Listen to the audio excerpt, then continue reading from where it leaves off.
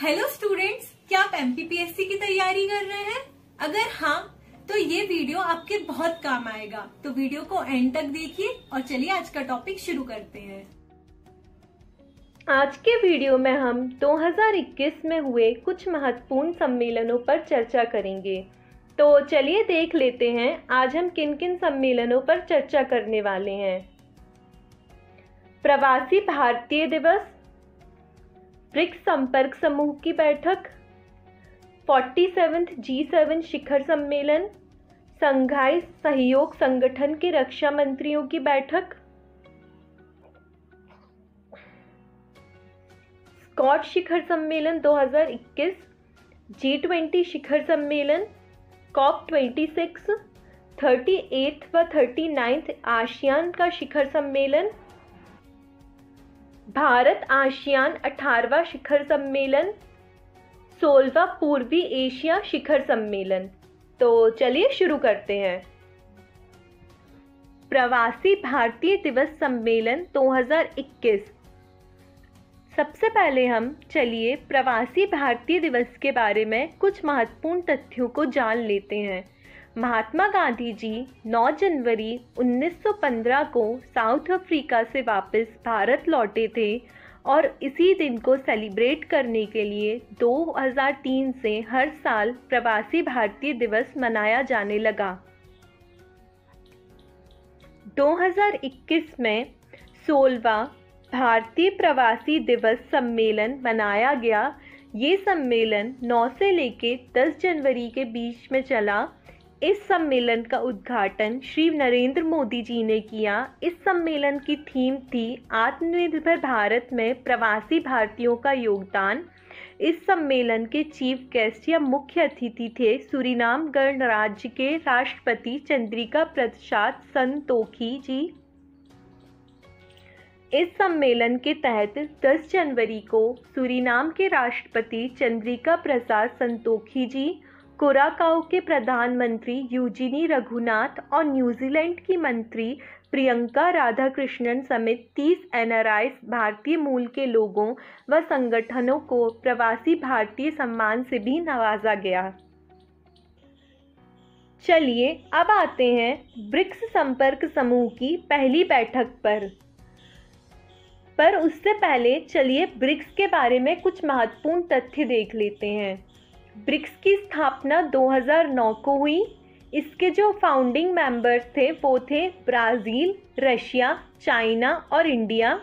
उसके बाद 2010 में साउथ अफ्रीका भी ब्रिक्स का सदस्य बना और 2014 में ब्रिक्स बैंक की स्थापना की गई जिसका हेडक्वार्टर शंघाई चीन में है। चलिए अब इस बैठक के बारे में देख लेते हैं। 9 मार्च से 11 मार्च 2021 के बीच में ब्रिक्स संपर्क समूह की आर्थिक और व्यापार के मुद्दों पर भारत की अध्यक्षता में पहली बैठक आयोजित की गई।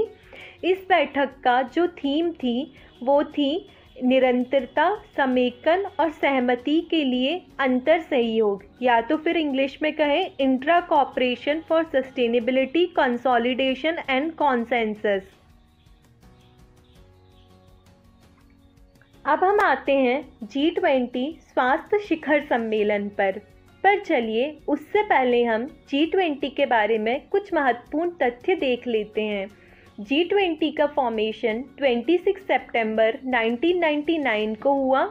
इसके फॉर्मेशन का मेन पर्पस था जो विश्व की डेवलपिंग और इंडस्ट्रियलाइज्ड इकनॉमी है उनको एक कॉमन मंच प्रोवाइड करना जहाँ पे वो इकोनॉमिक इश्यूज़ के बारे में चर्चा कर सकें।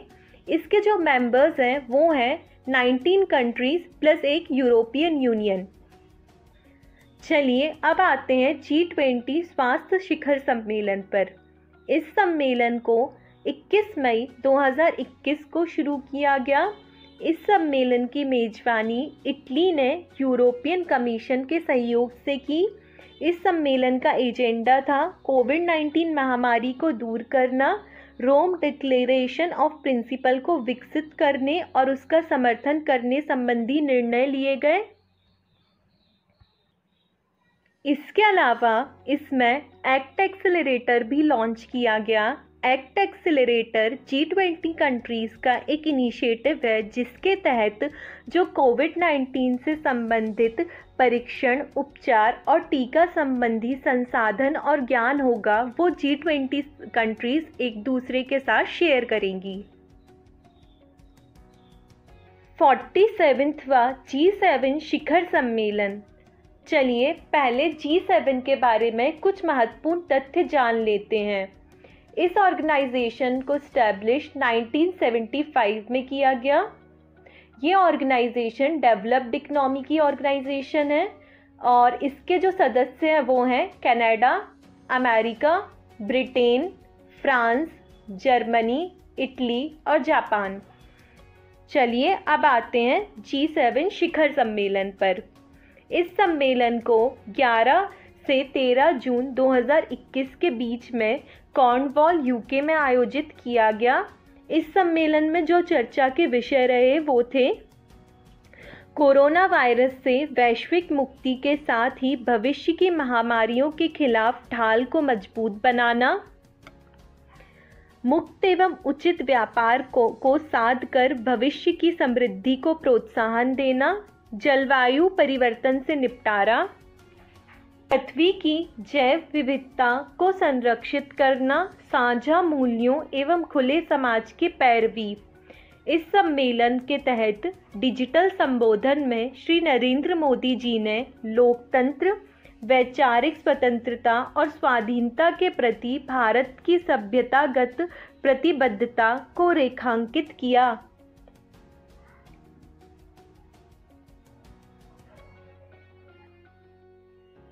चलिए अब आते हैं शंघाई सहयोग संगठन के रक्षा मंत्रियों की बैठक पर उससे पहले चलिए शंघाई सहयोग संगठन के बारे में कुछ महत्वपूर्ण तथ्य जान लेते हैं।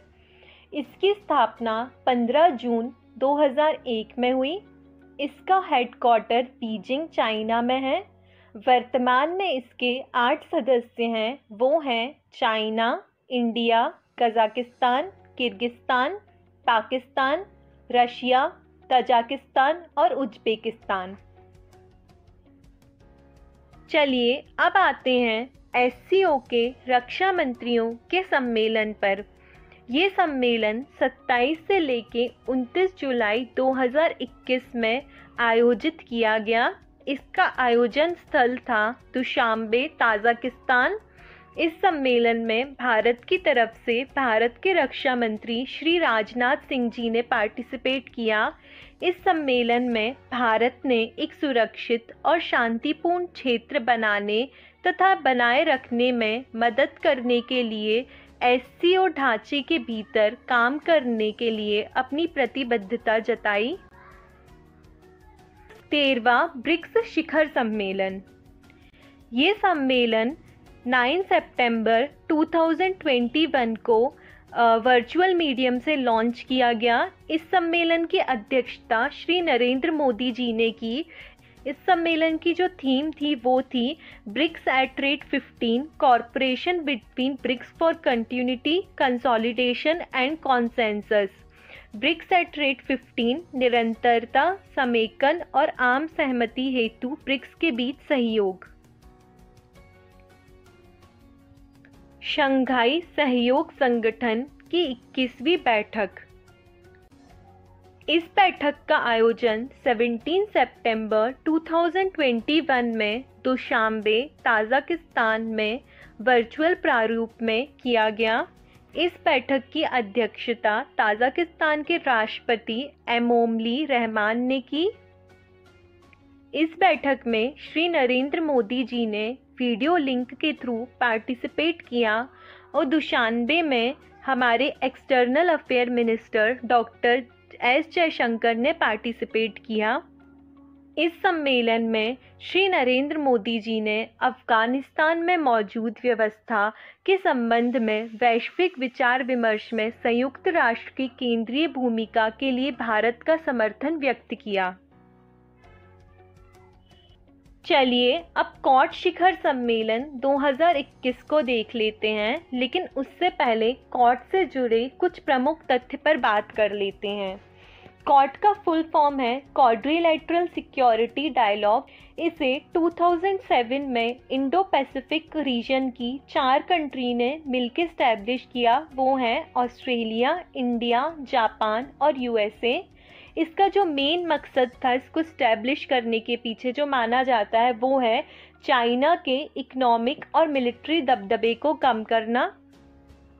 इस सम्मेलन का आयोजन 24 सितंबर 2021 में हुआ। इस सम्मेलन की जो अध्यक्षता थी वो अमेरिका के राष्ट्रपति जो बिडेन जी ने की। इस सम्मेलन के जो पार्टिसिपेंट थे वो थे भारत की तरफ से श्री नरेंद्र मोदी जी, ऑस्ट्रेलिया से पीएम स्कॉट मॉरिसन तथा जापान से योशिहिदे सुगा जी। इस सम्मेलन पर इन सारे मुद्दों पर जॉइंट स्टेटमेंट दिए गए। कोरोना से निपटने के लिए बेहतर तैयारी पर सहमति, हिंद प्रशांत में स्वास्थ्य सुरक्षा प्रयासों के लिए समन्वय पर जोर। इसके अलावा 2022 में संयुक्त रूप से कम एक महामारी के लिए टैबलेट तैयार करने पर चर्चा। G20 शिखर सम्मेलन। इस सम्मेलन का आयोजन 30 से 31 अक्टूबर 2021 के बीच में हुआ। इस सम्मेलन को रोम, इटली में किया गया। इस सम्मेलन की थीम थी पीपल प्लैनेट प्रॉस्पेरिटी। इस सम्मेलन के चर्चा के विषय थे कोरोना महामारी, जलवायु परिवर्तन, पर्यावरण संरक्षण व सतत विकास।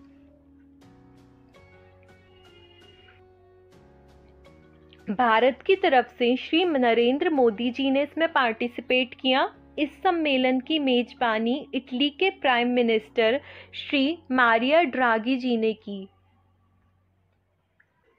United nation climate change conference COP26। ये जो कॉन्फ्रेंस है ये यूनाइटेड नेशन के द्वारा क्लाइमेट चेंज के मुद्दे पर बात करने के लिए शुरू की। पहली COP कॉन्फ्रेंस COP1 1995 में बर्लिन, जर्मनी में की गई थी। चलिए अब COP26 सम्मेलन को अच्छे से देख लेते हैं। इस सम्मेलन को स्कॉटलैंड, ग्लासगो में आयोजित किया गया।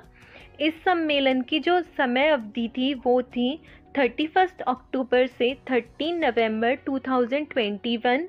इस सम्मेलन का जो मुख्य उद्देश्य था वो था ग्लोबल वार्मिंग व जलवायु परिवर्तन के मुद्दे पर उपलब्धियों की समीक्षा तथा इन मामलों में नए लक्ष्यों को तय करना। अब जो नेक्स्ट COP सम्मेलन है COP27 वो इजिप्ट के शर्म अल शेख में ऑर्गेनाइज किया जाएगा। 38th और 39th आसियान का शिखर सम्मेलन। इन सम्मेलनों को पढ़ने से पहले चलिए आसियान के बारे में कुछ महत्वपूर्ण तथ्य देख लेते हैं। आसियान को 8 अगस्त 1967 में बैंकॉक डिक्लेरेशन के तहत स्टैब्लिश किया गया। इसमें साउथ ईस्ट एशिया की कंट्रीज पार्टिसिपेंट हैं। वो हैं Indonesia, Malaysia, Singapore, Thailand, Philippines, Vietnam, Brunei, Cambodia, Myanmar और लाओस। इसके अलावा इसकी कुछ डायलॉग पार्टनर्स कंट्रीज़ भी हैं जिसमें से इंडिया एक है। इसका हेडक्वार्टर जकार्ता, इंडोनेशिया में है। अब चलिए आते हैं शिखर सम्मेलन पर। ये शिखर सम्मेलन 26 से लेके 28 अक्टूबर 2021 के बीच में आयोजित किया गया। इसकी मेजबानी ब्रूनेई ने की जो कि वीडियो कॉन्फ्रेंसिंग के थ्रू की। इसकी थीम थी वी केयर, वी प्रिपेयर्ड और वी प्रॉस्पर। इस सम्मेलन के साथ ही आसियान की उसके डायलॉग पार्टनर्स के साथ कुछ अन्य बैठकें भी आयोजित हुई, जैसे ASEAN +1 summit, ASEAN +3 summit, east Asia summit आदि। इस सम्मेलन में यूनाइटेड किंगडम को आसियान के डायलॉग पार्टनर का दर्जा दिया गया। अब आसियान के टोटल यूनाइटेड किंगडम को मिला के 11 डायलॉग पार्टनर्स हैं। इसके अलावा ईस्ट तिमोर ली को आसियान के मेंबर बनाने के बारे में भी विचार किया गया। अगर ईस्ट तिमोर ली फ्यूचर में आसियान का मेंबर बनता है तो आसियान के टोटल 11 मेंबर हो जाएंगे। जो नेक्स्ट आसियान समिट है वो 2022 में कंबोडिया में आयोजित की जाएगी। जैसा कि मैंने आपको पहले बताया था कि आसियान शिखर सम्मेलन में कुछ और बैठकें हुई, उसमें भारत आसियान 18वां शिखर सम्मेलन भी शामिल था। तो चलिए इसको अच्छे से डिस्कस कर लेते हैं। इस शिखर सम्मेलन को 28 अक्टूबर को आयोजित किया गया। इस शिखर सम्मेलन में श्री नरेंद्र मोदी जी ने ऑनलाइन पार्टिसिपेट किया। इसके अलावा आसियान शिखर सम्मेलन में भारत की दृष्टि से एक और महत्वपूर्ण बैठक हुई, वो थी 16वां पूर्वी एशिया शिखर सम्मेलन। तो चलिए उसको भी अच्छे से डिस्कस कर लेते हैं। इस शिखर सम्मेलन का 27 अक्टूबर 2021 में आयोजन हुआ। इस शिखर सम्मेलन में आसियान के 10 देशों ने तो पार्टिसिपेट किया ही, साथ ही 8 अन्य देशों ने पार्टिसिपेट किया। वो थे Australia, China, Bharat, Japan, New Zealand, Russia, दक्षिण कोरिया, अमेरिका। इसमें इन 8 देश के जो नेता थे उन्होंने पार्टिसिपेट किया। तो दोस्तों आज के लिए इतना ही, फिर मिलते हैं नेक्स्ट वीडियो में किसी और टॉपिक के साथ। Thank you.